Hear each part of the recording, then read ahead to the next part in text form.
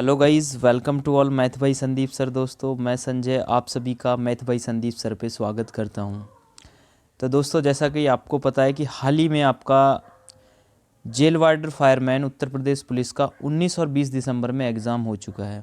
ठीक है भाई, तो एग्ज़ाम आपका हो चुका है। आज हम क्या डिस्कस करने वाले हैं? आज हम उसकी कट ऑफ डिस्कस करने वाले हैं कि उसकी कट ऑफ क्या रह सकती है। देखिए, मैंने थंबनेल में लिखा हुआ है कि कट ऑफ बस इतनी रहने वाली है, कट ऑफ बस इतनी रहने वाली है। तो आप देख सकते हैं आज इस वीडियो में मैंने आपको पूरा लॉजिक के साथ बताऊंगा। मैंने बहुत सारी वीडियो देखी हैं, तो सब कट ऑफ तो बता रहे हैं लेकिन लॉजिक नहीं बता रहे हैं कि भाई इतनी ज़्यादा रहेगी तो क्यों ज़्यादा रहेगी, कम रहेगी तो वो किस लिए रहेगी।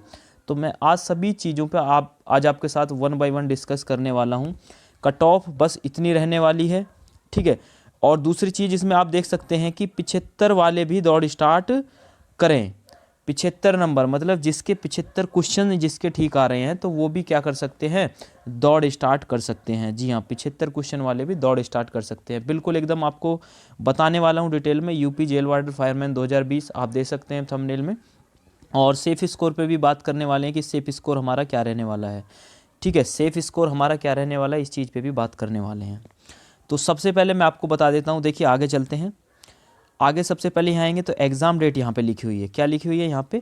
एग्ज़ाम डेट लिखी हुई है 19 और 20 दिसंबर। आप सभी को पता है 19 और 20 दिसंबर में दो दो पालियों में आपका एग्ज़ाम हुआ। 19 दिसंबर को 2 शिफ्ट हुई थी, सुबह 10 से 12 और 2 से 4। और उसी तरीक़ा से 20 दिसंबर में भी हमारा 2 शिफ्ट में हमारा एग्ज़ाम हुआ। टोटल मतलब 4 शिफ्ट में हमारा एग्ज़ाम हुआ। जैसा कि आपको पता है कि टोटल जो एडमिट कार्ड इशू किए गए थे वो लगभग 6 लाख मतलब 24,000 के आसपास जो स्टूडेंट थे जिनके एडमिट कार्ड इशू किए गए, जो वो एग्ज़ाम में बैठने वाले थे। लेकिन आप सबको पता है कि जो हमारी जो उपस्थिति रही, मतलब जो एग्ज़ाम में स्टूडेंट वो बैठे, वो भर्ती बोर्ड के अनुसार लगभग 40 से 50% स्टूडेंट थे जिन्होंने बस एग्ज़ाम दिया है। कितने थे? लगभग 40 से 50% स्टूडेंट थे। अब आप देख सकते हैं कि 40 से 50% अभ्यर्थी इस एग्ज़ाम में बैठे हैं। अगर हम 6 लाख लगाएं तो, अगर मैक्सिमम हम लगाएं तो मैक्सिमम इसमें 3 लाख स्टूडेंट इस एग्ज़ाम में बैठे हैं। इससे कम ही हो सकते हैं, इससे ज़्यादा नहीं होने वाले हैं। क्योंकि दोस्तों आपको पता है कि हमारी जो भर्ती थी 49,000 वाली, 49,568 करके एक भर्ती है, ये हमारी कंप्लीट हो चुकी है। और 41,520 करके हमारी भर्ती है यूपी पुलिस की, ये हमारी कंप्लीट हो चुकी है। और हमारे ग्रुप डी में भी हमारे स्टूडेंट कुछ जा चुके हैं, ठीक है, जो रेलवे ग्रुप डी। और एसएससी जीडी की भी, एसएससी जीडी जो थी वो भी वैकेंसी कंप्लीट हो चुके हैं। तो जितने भी स्टूडेंट थे, क्योंकि ये 2016 से फॉर्म इसके फिल हुए थे, कुछ ने 2018 में भरे थे, तो ये स्टूडेंट थे जो पढ़ने वाले वो इनमें जा चुके हैं। तो इस वजह से क्या है कि इसकी जो कट ऑफ रहने वाली है वो बहुत कम रहने वाली है। ठीक है, तो आपको पता लगा कि जो हमारे अभ्यर्थी उपस्थित रहे लगभग 40 से 50%, इससे कम ही रहे होंगे, ज़्यादा नहीं रहे होंगे। ठीक है, तो पहला फैक्टर ये है। दूसरी चीज़, अगर हम बात करें लेवल, एग्ज़ाम का लेवल क्या था। आपको पता होगा कि कोई भी स्टूडेंट है या कोई भी टीचर है जो कोचिंग में पढ़ा रहा है, तो वो क्या कर रहा होगा कि जो यूपी पुलिस 2018 या 2019 में जो हमारा एग्ज़ाम हुआ था, सिर्फ उसको ध्यान में रखते हुए वो पढ़ा रहे होंगे। ठीक है, तो क्या है कि सारा इस पेपर में क्या हुआ है कि पैटर्न चेंज कर दिया गया है। तो लेवल इसका दोस्तों बहुत ही हार्ड रहा है, मतलब एज़ कम्पेयर टू जो हमारे 2018 और 2019 वाला एग्ज़ाम हुआ था, उससे इसका जो लेवल था वो बहुत डिफ़िकल्ट लेवल था। मैं इस बात को आपको दावे के साथ कह सकता हूँ। ठीक है, अब बात करने वाले हैं कि इसमें जो सेक्शन थे हमारे, क्या क्या आपको इसमें देखने के लिए मिला। ठीक है, तो सबसे पहले बात करते हैं जनरल हिंदी के। इसमें 37 क्वेश्चन थे।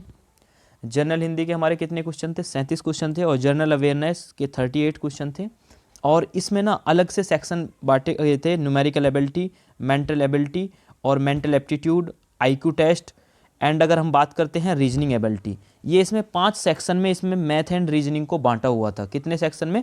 5 सेक्शन में इसको बांटा गया था। देखिए, पहला था हमारा न्यूमेरिकल एबिलिटी, मेंटल एबिलिटी, ये आप देख सकते हैं 5 सेक्शन थे जिनमें मैथ और रीजनिंग को बांटा गया था। ठीक है, अब हम बात करते हैं जैसे जनरल हिंदी की। सबसे पहले बात करते हैं तो जनरल हिंदी में सबसे पहले मैं दिखा देता हूँ कि जनरल हिंदी में 37 क्वेश्चंस थे। तो 37 क्वेश्चंस थे। सबसे पहले मैं आपको टॉपिक दिखाता हूँ हिंदी के। ये मैं वो टॉपिक आपको दिखा रहा हूँ जिनसे इस बार इस एग्ज़ाम में ना क्वेश्चंस नहीं पूछे गए हैं। अगर हम बात करें वर्णमाला, तो वर्णमाला एक ऐसी टॉपिक है जिसको सभी पढ़ते हैं। और यूपी पुलिस 2018-19 वाला जो एग्ज़ाम हुआ था उसमें भर भर के क्वेश्चन पूछे गए थे। हर सेट में मिनिमम 2 क्वेश्चन थे। रस से भी क्वेश्चन पूछा गया था हर सेट में 1 से 2 क्वेश्चन। छंद, अलंकार, संज्ञा, सर्वनाम, विशेषण, विराम चिन्ह, समास, अव्यय, ये तो 11 टॉपिक मैंने लिखे हैं और भी ऐसे कुछ टॉपिक्स हैं जिनसे इस बार क्वेश्चंस नहीं पूछे गए हैं। तो आप समझ सकते हैं कि हिंदी का लेवल किस प्रकार का था। ठीक है, अब बात करते हैं हम हिंदी की सबसे पहले कि हिंदी में हमारे मतलब कितने क्वेश्चंस थे और कितने लगभग एक अच्छे स्टूडेंट ने अटेम्प्ट किए। ठीक है, अगर हम बात करते हैं जनरल हिंदी, तो जनरल हिंदी में हमारे कितने 37 क्वेश्चन थे। 37 में से अगर मैं बता रहा हूँ कि 22 क्वेश्चन नेगेटिव काटने के बाद में जिसके आ रहे हैं, क्योंकि इस बार साहित्य का पोर्शन बहुत ज़्यादा था, तो वो उसका जो स्कोर है वो 22 जो क्वेश्चन है ना, बहुत अच्छा स्कोर है उसका। ठीक है, अब बात करते हैं जनरल अवेयरनेस की। तो जनरल अवेयरनेस में आपको पता है कि 38 क्वेश्चन थे और 38 क्वेश्चन में से मैं मान के चल रहा हूँ कि अगर कोई नेगेटिव काटने के बाद, क्योंकि आंसर की आ चुकी है, सभी ने अपने आंसर चेक कर लिए, नेगेटिव काटने के बाद में अगर कोई 15 नंबर मतलब 15 क्वेश्चन जिसके ठीक बैठ रहे हैं तो उसका जनरल अवेयरनेस में काफ़ी अच्छा स्कोर रहने वाला है। ठीक है, उसके बाद हम बात करते हैं न्यूमेरिकल एबिलिटी, इसको हम मैथ बोलेंगे। मैथ के 10 क्वेश्चन थे न्यूमेरिकल एबिलिटी वाले पोर्शन में। तो इसमें जो एक अच्छा स्टूडेंट है, पढ़ने में ठीक ठाक है, क्योंकि मैथ का लेवल इस बार बहुत बढ़ाया गया है। क्योंकि अभी तक क्या होता था कि जो 18-19 वाले पेपर थे ना, 2018-19 वाले, उसमें मैथ के कम से कम 5 क्वेश्चन तो ऐसे थे जिसको आप बिना पढ़े कर सकते हो। मतलब 10, 12, 15 एलसीएम बताओ उसका, या फिर आपसे पूछ लेगा सीधा 1/3 और 1/4 का डिफरेंस बताइए, या फिर सिंप्लीफिकेशन के बहुत आसान क्वेश्चन थे। लेकिन इस बार आपको न्यूमेरिकल एबिलिटी में ऐसे देखने के लिए नहीं मिला दोस्तों। इस बार जो पेपर का लेवल था, 10 में से कम 6 क्वेश्चन तो ऐसे थे जिनका जो लेवल था बहुत अच्छा था। आप यकीन नहीं करोगे कि आपको कोऑर्डिनेट ज्योमेट्री के भी क्वेश्चन देखने को लिए मिले हैं। और जो ट्रायंगल होता है ना, ट्रायंगल जो हमारा मेंसुरेशन का पार्ट होता है 2D का ही होता है, लेकिन उसका जो लेवल का जो थे ना क्वेश्चन के, जो 19 की फर्स्ट में मैंने क्वेश्चन देखे थे, काफ़ी डिफिकल्ट क्वेश्चन पूछा गया था ट्रायंगल का। ठीक है, उसके बाद मेंटल एबिलिटी थे, इसमें कथन निष्कर्ष थे, किसी में ये 10 थे, किसी में 9 थे। उसके बाद मेंटल एबिलिटी के जो क्वेश्चन थे, ये 9 से 10 क्वेश्चन पूछे गए थे प्रत्येक पेपर में। तो मान सकता हूँ कि जिसने 6 क्वेश्चन अटैम्प्ट किए हैं वो काफ़ी मतलब अच्छा स्कोर है नेगेटिव काटने के बाद में ये। और मेंटल एप्टीट्यूड में मैं 10 क्वेश्चन मार रहा हूँ दोस्तों। उसके बाद ये IQ टेस्ट था। मेंटल एप्टीट्यूड में हमारे जो थे वे थिंकिंग बेस्ड क्वेश्चन थे कि आप उस समय पे क्या करेंगे, मतलब ये लॉजिकली क्वेश्चन थे। तो इसमें 15 हर शिफ्ट में थे, किसी में 15 थे, किसी में 16 थे।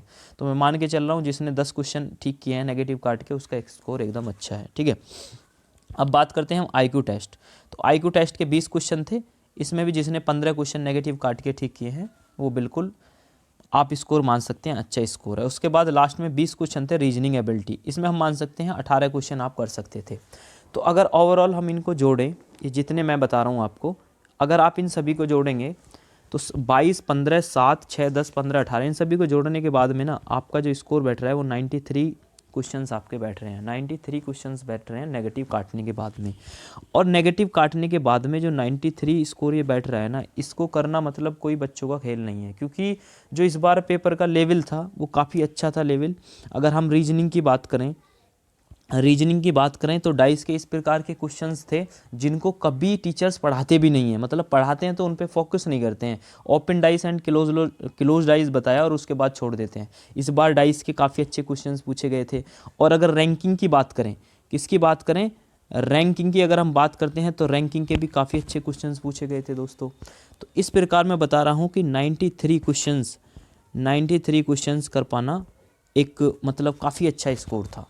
एक बहुत अच्छा स्टूडेंट जिसकी बहुत अच्छी तैयारी है उसकी मैं बात कर रहा हूँ।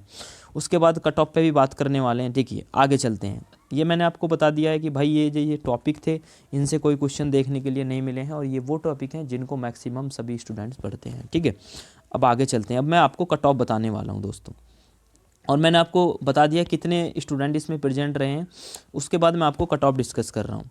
ये कट ऑफ बता रहा हूँ आपको नेगेटिव काटने के बाद, क्वेश्चंस बता रहा हूँ कि अगर आप पे इतने क्वेश्चंस बन रहे हैं तो आप रनिंग स्टार्ट कर सकते हैं। ठीक है, तो सबसे पहले मैं बात करूँगा जनरल की मैं बात करूँगा सबसे पहले। अगर आप देखेंगे तो अगर किसी भी स्टूडेंट के 85 से लेकर 90 तक क्वेश्चंस बन रहे हैं, जी हाँ 85 से लेकर 95, इसका मतलब है कि 170 से लेके 180 तक के बीच में जिसके भी क्वेश्चंस बन रहे हैं, इतने मार्क्स बन रहे हैं, तो वो रनिंग स्टार्ट कर दे भाई, कट ऑफ बहुत कम जाने वाली है।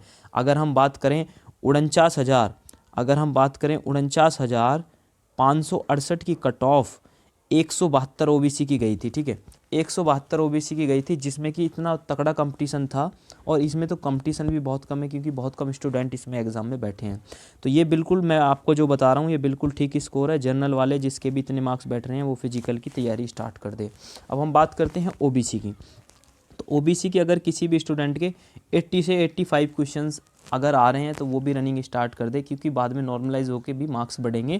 तो ये आपके रॉ मार्क्स बता रहा हूँ जो आपके आंसर की आई है ऑफिशियली, उससे मैच करने के बाद अगर आपका इतना स्कोर आ रहा है तो आप फिजिकल स्टार्ट कर सकते हैं, ठीक है।